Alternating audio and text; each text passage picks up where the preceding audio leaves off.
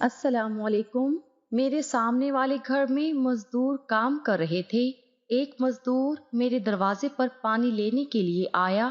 اس کی نظریں مجھے کچھ عجیب سی محسوس ہوئی۔ میں جیسے ہی اس کے لیے پانی لینے اندر آئی، وہ بھی میرے پیچھے اندر چلا آیا اور اس وقت میری جان نکل گئی جب اس نے میرے اکیلے پن کا فائدہ اٹھاتے ہوئے اچانک ہی میں سارا دن دوپٹے سے بے نیاز کھڑکی میں کھڑی سامنے والے گھر کی تعمیر دیکھتی۔ مجھے گھروں کے نقشوں میں بڑی دلچسپی تھی۔ ہم جس آبادی میں رہتے تھے وہاں دور دور تک گھر نہیں تھے اور اب یہاں آبادی ہونا شروع ہوئی تھی۔ یہ ایک سنسان علاقہ تھا جو شہر کا بالکل آخری کونا تھا۔ میرا شوہر روز 2 گھنٹے کا سفر کر کے اپنے روزگار پر جاتا اور میں سارا دن اکیلی رہتی۔ میرے شوہر کو لوٹ کر واپس آنے میں بھی رات ہو جایا کرتی تھی اور مجھے اس جگہ پر بہت خوف محسوس ہوتا۔ پچھلے کچھ دنوں سے ہمارا سامنے والا گھر تعمیر ہونا شروع ہوا تھا اور کافی چہل پہل ہو گئی تھی۔ سارا دن مزدور کام کرتے اور ایک شور سا رہتا۔ میں بھی اکیلی تھی اور اتنے عرصے بعد مجھے گھر کے آگے لوگ نظر آئے تو میں سارا وقت کھڑکی میں کھڑی مزدوروں کو دیکھتی رہتی۔ لیکن مجھے ہرگز بھی اس بات کا اندازہ نہیں تھا کہ جس طرح میں لوگوں کو دیکھ رہی ہوں اسی طرح کسی کی نظر مجھ پر بھی جمی ہوئی ہے۔ مزدوروں کو کام کرتے کافی دن گزر گئے تھے۔ گرمی کی شدت تھی اور اس علاقے میں بجلی کا بھی کوئی انتظام نہیں تھا۔ میں ہوا کے لیے سارا دن کھڑکی پر کھڑی رہتی۔ اکا دکا ہوا کے جھونکے مجھے سکون بخشتے۔ گرمی کی وجہ سے میں ہلکے کپڑے پہنتی جس میں سے میرا گورا چٹا بدن نمایاں ہوتا۔ گہرے گلے میری زینت کو نمایاں کرتے۔ جسم پر کسا ہوا لباس پہن کر مجھے خوشی محسوس ہوتی کہ میں عمر کے اس حصے میں بھی جوان اور فٹ ہوں، لیکن مجھے احساس نہ ہو سکا کہ میں کسی اور کے جذبات کو بھی بھڑکانے کی وجہ بن رہی ہوں۔ آج بھی میں کھڑکی پر کھڑی مزدوروں کو کام کرتے ہوئے دیکھ رہی تھی۔ سفید لباس میں میرا جسم پسینہ ہو رہا تھا کیونکہ بجلی نہیں تھی۔ ایسے میں ایک مزدور نے اچانک میرے گھر کا رخ کیا اور دروازہ بجانے لگا۔ میں جیسے ہی دروازے پر گئی تو اس نے میرے ہاتھ میں پانی کی خالی بوتل دی اور کہنے لگا کہ گرمی بہت ہے، اسے ٹھنڈا پانی چاہیے۔ میں حیران تھی کہ مزدوروں کے لیے تو کولر لگے ہوئے تھے، تو کیا انہیں ٹھنڈا پانی نہیں ملتا؟ میں دروازہ ہلکا سا بند کر کے ٹھنڈا پانی لینے کے لیے باورچی خانے میں چلی آئی کیونکہ میرا کولر باورچی خانے میں ہی موجود تھا۔ روز صبح سویرے مجھے ایک گاڑی والا آ کر برف دے جایا کرتا تھا۔ میں نے ابھی بوتل بھرنی شروع ہی کی تھی کہ مجھے ایسا محسوس ہوا جیسے میرے پیچھے کوئی کھڑا ہے، اور جب میں پلٹی تو میرے اوزان خطا ہو گئے کیونکہ میرے پیچھے تو وہی مزدور کھڑا تھا جو پانی لینے کے لیے آیا تھا۔ اسے اپنے باورچی خانے میں دیکھ کر میرے پسینے چھوٹ گئے۔ ویسے ہی گرمی کی شدت بہت تھی۔ شلوار کے اوپر ٹی شرٹ پہنے وہ گھنگریالے بال والا مزدور مجھے بہت خوفناک سا محسوس ہونے لگا تھا کیونکہ میں اکیلی تھی۔ اس کی بے باک نظریں میرے وجود پر جمی ہوئی تھی اور میں گھبراہٹ کا شکار ہو گئی تھی۔ میں نے کپکپاتی آواز میں اس سے پوچھا کہ وہ اندر کیوں آیا ہے۔ میری بات سن کر اس کے چہرے پر عجیب سی مسکراہٹ آ گئی اور وہ کہنے لگا کہ گرمی بہت ہے اور اس سے پیاس برداشت نہیں ہو رہی تھی، اس لیے وہ اپنی پیاس بجھانے اندر چلا آیا ہے۔ اس کی نظروں میں چھپی ہوئی ہوس نے مجھے بہت کچھ سمجھا دیا تھا۔ مجھے احساس ہو گیا تھا کہ میں نے بہت بڑی غلطی کر دی ہے۔ میں نے اس کی طرف پانی کی بوتل پکڑائی اور اسے کہا کہ وہ ابھی اور اسی وقت باہر چلا جائے۔ اس نے میرے ہاتھ سے پانی کی بوتل لیتے ہوئے اپنی انگلیوں کو میری انگلیوں پر رکھا تو میری جان نکل گئی۔ وہ کہنے لگا، بھابھی جی گھبراتے کیوں ہیں؟ میں کوئی غیر تو نہیں؟ پچھلے اتنے دنوں سے آپ مستقل مجھے دیکھ رہی ہیں اور میں بھی روز آپ کو دیکھتا ہوں۔ آپ بہت خوبصورت ہیں، آپ کے وجود سے میری نظر نہیں ہٹتی۔ اس کی نظریں اس وقت بھی میرے جسم پر جمی ہوئی تھی۔ میرا بدن پوری طرح میرے کپڑوں سے نظر آ رہا تھا۔ میرا گلا اتنا گہرا تھا کہ ساری رانائیاں جھلک رہی تھی اور لباس جسم پر اتنا تنگ تھا کہ کمر کا ایک ایک بل واضح محسوس کیا جا سکتا تھا۔ اس کی نگاہیں پوری طرح میرا احاطہ کر رہی تھی اور میں پریشان سی کھڑی تھی۔ اس نے میرے سامنے کھڑے کھڑے ہی ٹھنڈا پانی پی لیا اور اس کے بعد ایک سرد آہ بھرتے ہوئے ایک قدم میری طرف بڑھایا۔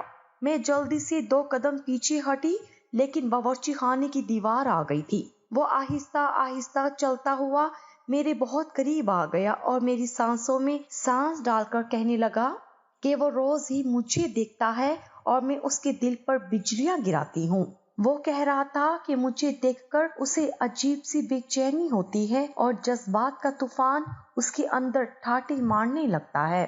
وہ کہہ رہا تھا کہ اب اس کے لیے اپنے آپ کو روکنا ناممکن ہو چکا ہے اور میں اس کی سرگوشیوں پر مزید پسینہ پسینہ ہو گئی تھی۔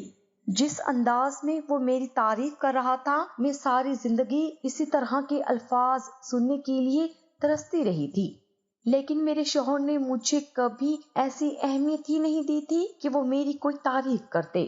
میں ایک بانجھ عورت تھی جو بچہ پیدا نہ کرنے کی وجہ سے اپنی شوہر کے دل سے اتر چکی تھی، اور اپنے شوہر کے دل میں جگہ پانے کے لیے ہی میں ایسی اوچھی حرکتوں پر اتر آئی تھی کہ میں نے اپنا لباس بھی تنگ کر لیا تھا اور اپنا جسم بھی نمایاں کرنے لگی تھی۔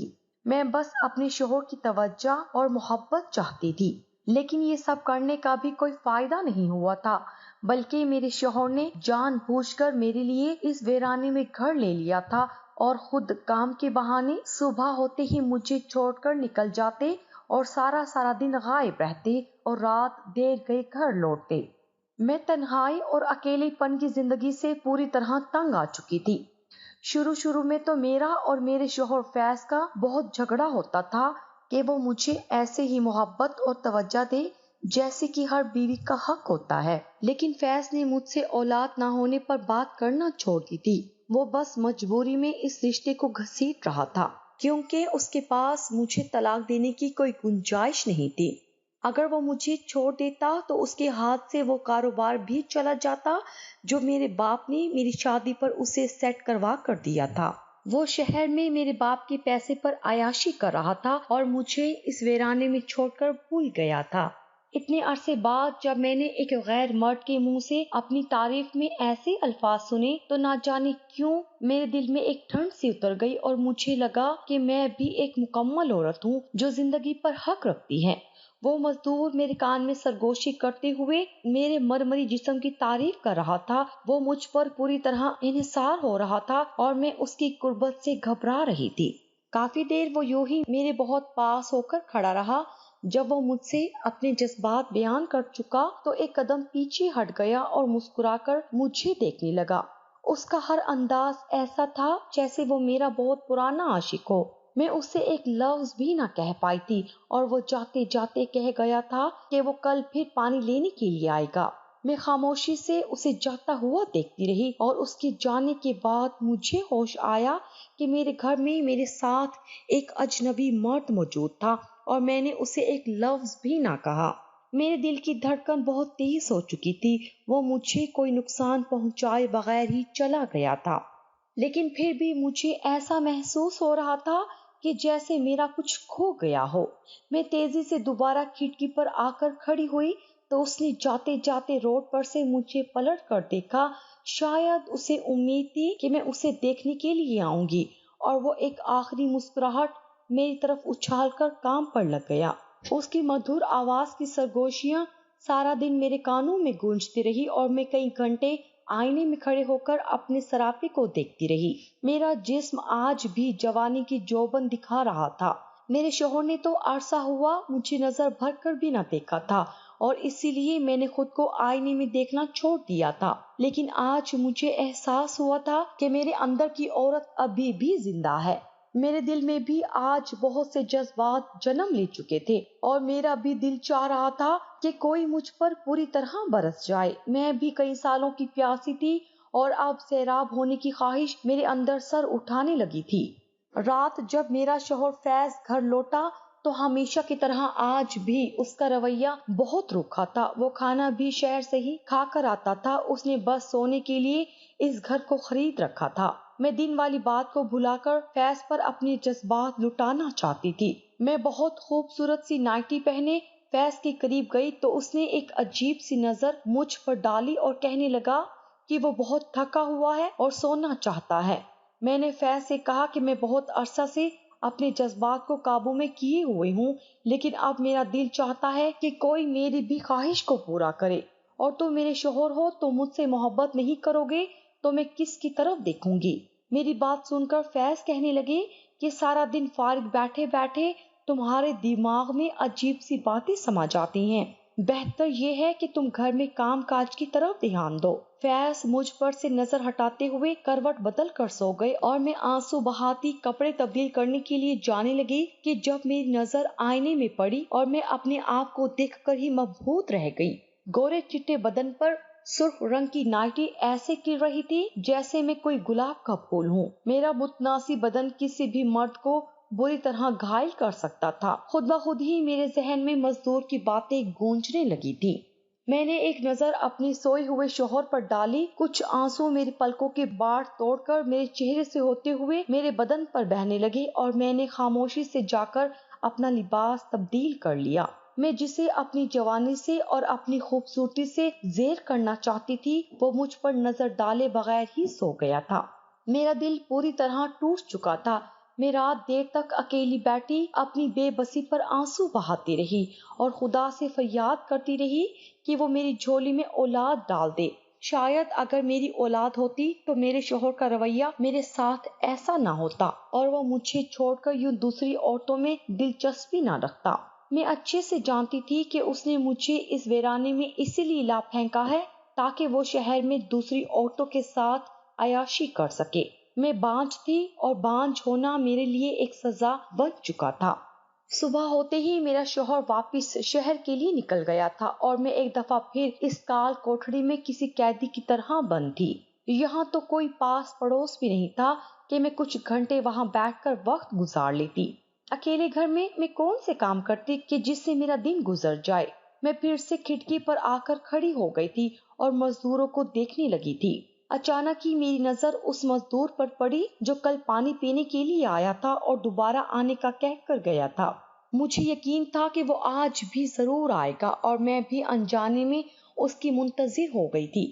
نہ جانے میرے دل میں کیا سمائی کہ میں نے فوراً ہی جا کر ایک خوبصورت سا لباس زیب تن کر لیا جو میں نے اپنے شوہر کی سالگرہ پر سلوایا تھا۔ ہلکے گلابی رنگ کے اس سوٹ میں پوری طرح کھل جایا کرتی تھی۔ وہ ہلکا سا جوڑا پہننے کے بعد میں نے اپنے بالوں کا جوڑا بنایا جس کی وجہ سے میرے گہرے گلے سے زیبائش اور بھی نمایاں ہونے لگی تھی۔ یہ سوٹ بھی میرے جسم پر پوری طرح پھنسا ہوا تھا۔ میں نے اپنے گہرے گلے کو تھوڑا سا اور نیچے کی طرف ڈھلکایا، ایک گہری سرخ رنگ کی لپسٹک ہونٹوں پر لگائی اور کھڑکی پر جا کر کھڑی ہو گئی۔ میں ذہنی طور پر اس قدر دباؤ کا شکار تھی کہ صحیح اور غلط بھول چکی تھی۔ میرے اندر کے جذبات نے مجھے مجبور کر دیا تھا کہ میں ایک غیر مرد کی نظروں میں سما جاؤں۔ کچھ ہی دیر گزری تھی کہ وہ مزدور دوبارہ سے میرے گھر کی طرف چلا آیا اور میں نے فوراً دروازہ کھول دیا۔ وہ اندر ہی چلا آیا تھا۔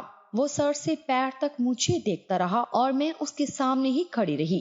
اس نے ایک دفعہ پھر پانی کی بوتل میرے آگے بڑھائی تو میں نے مسکرا کر بوتل پکڑی اور باورچی خانے میں چلی آئی۔ وہ بھی میرے پیچھے پیچھے چلا آیا۔ اسے بہت اچھے سے معلوم تھا کہ میں سارا دن گھر میں اکیلی ہی ہوتی تھی، اسی لیے وہ بالکل بھی نہیں جھجکا تھا۔ میں پانی کی بوتل بھر کر پلٹی تو وہ میرے بالکل ہی پیچھے کھڑا تھا۔ میرے پلٹتے ہی وہ میرے سینے سے ٹکرا گیا۔ بے ساختہ ہی اس نے مجھے اپنی باہوں میں بھر لیا ورنہ میں لڑکھڑا کر گر جاتی۔ اس نے اپنی انگلی کو میرے چہرے پر پھیرا اور میرے ہونٹوں پر مسلنے لگا۔ میں بہت عرصے بعد ایک مرد کے لمس کو محسوس کر رہی تھی اور جذبات سے اس قدر چور تھی کہ مجھے کچھ بھی برا نہیں لگ رہا تھا، بلکہ میں مدہوش سی ہونے لگی تھی اور اس بات کا وہ بخوبی فائدہ اٹھا رہا تھا۔ کافی دیر تک میرے بدن پر ہاتھ پھیرنے کے بعد وہ مجھے میرے ہی بیڈ روم میں لے آیا اور بیڈ پر لٹا دیا۔ میں نے اسے بالکل بھی روکنے کی کوشش نہ کی تھی۔ میرے ساتھ ساتھ وہ بھی جذبات کے بہاؤ میں بہہ رہا تھا۔ اس نے آہستہ سے میری قمیض پر لگے سارے بٹن کھول دیے تھے اور دھیرے دھیرے وہ اس طرح مجھے پیار دے رہا تھا کہ میں اپنے آپ میں ہی مدہوش ہو گئی تھی۔ اس پیار کی ٹھنڈی ٹھنڈی پھوار کے لیے تو میں کب سے ترس رہی تھی، اور جب وہ ساون کی طرح مجھ پر برسا تو میں برداشت نہ کر سکی۔ اس کی محبت میں اتنی شدت تھی کہ میری جان نکلنے لگی تھی، لیکن یہ سب میرے لیے تکلیف دہ نہیں تھا کیونکہ اس میں میری اپنی مرضی بھی شامل تھی۔